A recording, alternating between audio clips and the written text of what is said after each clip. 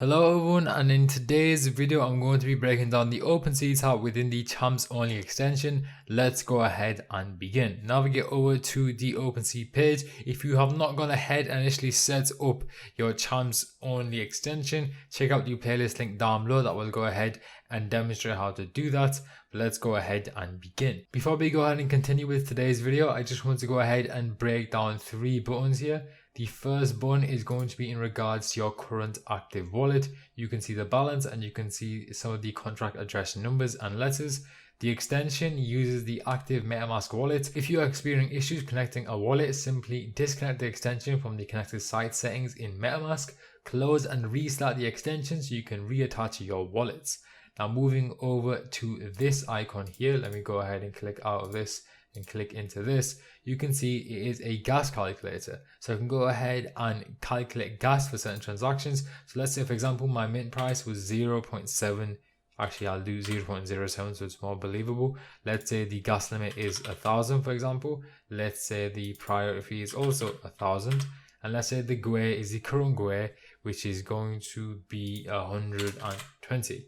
So as you can see, the fee is shown here, so that is useful information. But let's say for example, I've just calculated this, I want to go ahead with the transaction. All I have to do is hit set gas, and if I go ahead and navigate down over here, you will see that the presets were sent over here, and this is where you can go ahead and manage your gas presets and wallet connection. So as you can see, when I hit this set gas button, it sends the numbers over here, so it saves you time. You can also go ahead and change the monitoring delay. Please keep in mind that when you do edit this, you need to restart the extension, and you cannot go below 5,000 milliseconds. It's 5,000 milliseconds upwards, and this is also based in milliseconds. The first thing we're going to go ahead and do here is add a collection. So click the add collection button and enter in the slug for the project you want to monitor. So I'm going to go with doodles, and the slug for that is doodles-official, just like so. Hit add and give this one moment to go ahead and grab the data. As you can see, the data has been populated. We have the floor price, we have the volume traded, we have the banner, we have the icon. If you hover over the icon, you can delete it, and it says the collection name, and now you can see the collection. Now, just before we get started, the NFTs that are going to be shown in this extension when you go ahead and monitor collection are NFTs that are listed within the collection. The extension does not have the ability to show you all the NFTs as part of the collection, so only the NFTs that are listed will be shown. So what I'm going to go ahead and do here before we go ahead and break down everything else, I'm going to add another collection, just like so. And as you can see, now I have access to both collections. Give Azuki 1 second to go ahead and grab the data, but you will see that I can switch between both of them and see the NFTs within them, and obviously use the extension on each collection here. So as you can see, I can seamlessly just switch between both very easy. This is currently limited to 3 collections at a time, so please keep that in mind. If you want to go ahead and delete a collection at any time, simply hover over the icon and hit delete. And as you can see, it deletes the collection from being monitored. Now before I go ahead and move on with the rest of the collection, I'm navigated over to my browser, which has the champs only extension loaded. As you can see, champs only has an impact on the OpenSea collections. I can see the top trait, I can see the rarity, and I can also use the champs fast buy button if I wish. If I head over to the activity page, I can also see the fast buy button as well. So if I want to go ahead and use that, then I can. I just want to go ahead and demonstrate the champs fast buy functionality. If I go ahead and click on the button, as you can see, it's attempting champs fast buy. The MetaMask notification pops up.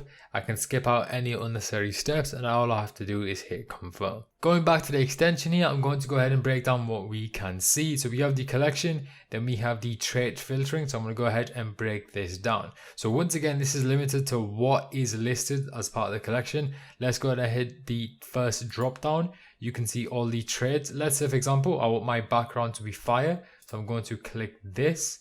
I'm going to go ahead and click refresh, and now it's going to display all the NFTs from the Doodle collection between 0 and 500 ETH with the background fire. And as you can see, that is now what we can see within the extension. Now let's say for example, I want to go ahead and add a second trait filter. Let's say I want to be very specific. I can go ahead and do that by using the second trait filter. So the second trait filter I'm going to click on is combo 1 puffer. If I go ahead and click this and click refresh, you will now see that the search is even more refined by using the trait filters as well as this and for this collection. So as you can see, all these NFTs have the fire background and also have the combo 1 puff. Now if we actually look at one of these NFTs here, I'm going to go ahead and break down what we can see. This will dictate the price. So this is 50 Ethereum. We have a star here. I'll get back to that in just one moment. This is a picture of the actual NFT. This is the number out of 10,000 or whatever the count is for the collection. In Doodle's case, it is 10,000. And then this is the rarity percentage. This is the NFT name and this is the star. Now the star and the rarity are both linked, and I'm going to go ahead and break down why that is right now. So the white stars essentially mean that this NFT belongs in the above 20th percentile in terms of rarity for this collection. Now if I actually go ahead and get rid of these trait filters here and go back to just a regular view of the collection, give me one moment to go ahead and refresh this. So as you can see, it just came back in. As you can see, white stars. Now if I want to go ahead and actually change this to show you different color stars, this is what I'm going to go ahead and do. So I'm going to change this to top 1%. I'm going to hit refresh and you're going to see something. Give this one moment. As you can see, the NFTs that are here are all red stars. Now the red stars represent the NFTs in the top 5 percentile in terms of rarity.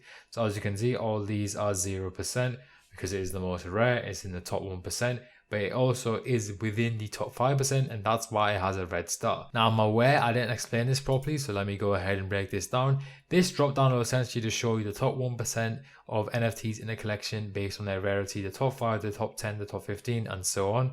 So now to go ahead and demonstrate a different color, let me go ahead and click top 15 and hit refresh. Now give this one moment. Now the orange stars show the NFTs that are within the top 10%.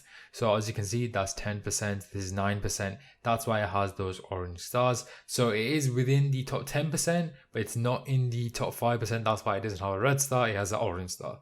Now let me go ahead and change this to something like 40%.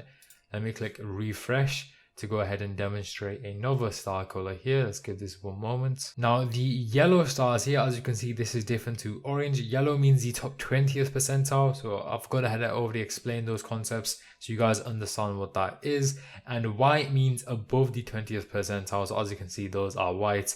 And that's what that means. Now when it comes to rarity, please keep in mind that unrevealed collections will not have a rarity, and the collections that you go ahead and view on this extension, not all of them are going to have a rarity. So if it doesn't pop up or it needs to be refreshed, go ahead and contact the support within the Discord server. One thing to know is that at any point, if you do see an NFT on here that you like, you can go ahead and actually click it and the extension will go ahead and snipe it for you. As you can see, the notification pops up and all you have to go ahead and do is confirm. One thing I do want to show you guys is that within the extension, you're going to see two types of NFT colors. You have the black tiled ones, as you can see, and if we scroll up here, you can see the gold tiled ones. Now essentially what these are, the gold ones are new NFTs that have just been shown up through the search refreshing. So every time the search refreshes and it picks up new NFTs that are being listed or new NFTs that are coming through your trait filters or your max ETH price and minimum ETH price changing, the gold ones are the new NFTs that have just showed up,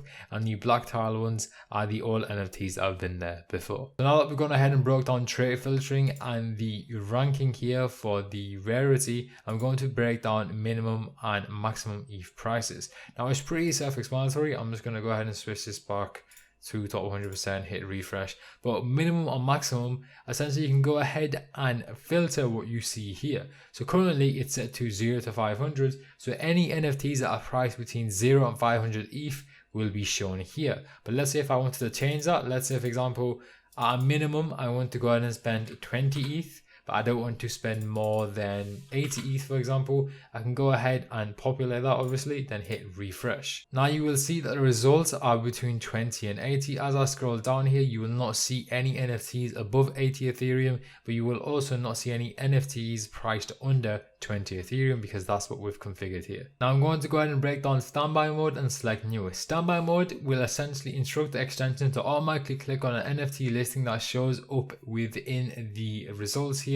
So it removes the need of you having to wait for one to pop up. You could use this to snipe a desired NFT part of a collection with certain traits for a certain price. the only thing you'll need to do is approve the transaction. So that does explain it pretty well, but I'll go ahead and give you a use case here. So let's say, for example, a user wants to wait for the floor to drop for a collection. So let's say in Duda's official case, the floor is 22.989, and let's say you want to get a doodle but you don't want to spend more than 21 ETH. You can go ahead and set up your filters here to only show NFTs part of the doodle collection for 21 ETH and below, and essentially if you go ahead and turn on standby mode, we'll go ahead and snipe one of the NFTs that come through that match your filtering results. So in that case, you're waiting for the floor to drop, it does drop, and then standby mode does the rest, and all you have to do is approve the transaction. So I'm going to go ahead and demonstrate standby mode here. I've gone ahead and navigated over to a collection that I have enough Ethereum to go ahead and demonstrate this for. So I'm going to enable standby mode, and you will see we'll attempt to snipe an NFT. Give it 1 moment.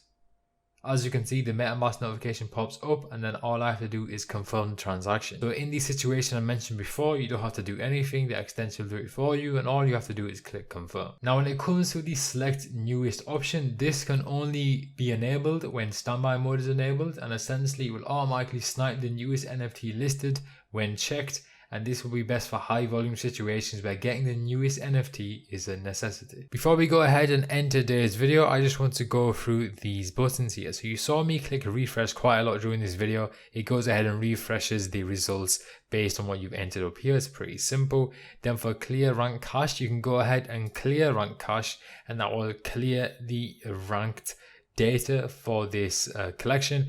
Obviously it'll go ahead and refresh, it'll clear the cache and get new ranked data. Then for activity and listings, when you're on a certain project, if you click this, it will take you to the activity listing section for the project, as you guys can see. You can also go ahead and click the visit collection button, and it will take you to the collection, as you guys can see. That is going to go ahead and conclude today's video. Hopefully you guys enjoyed.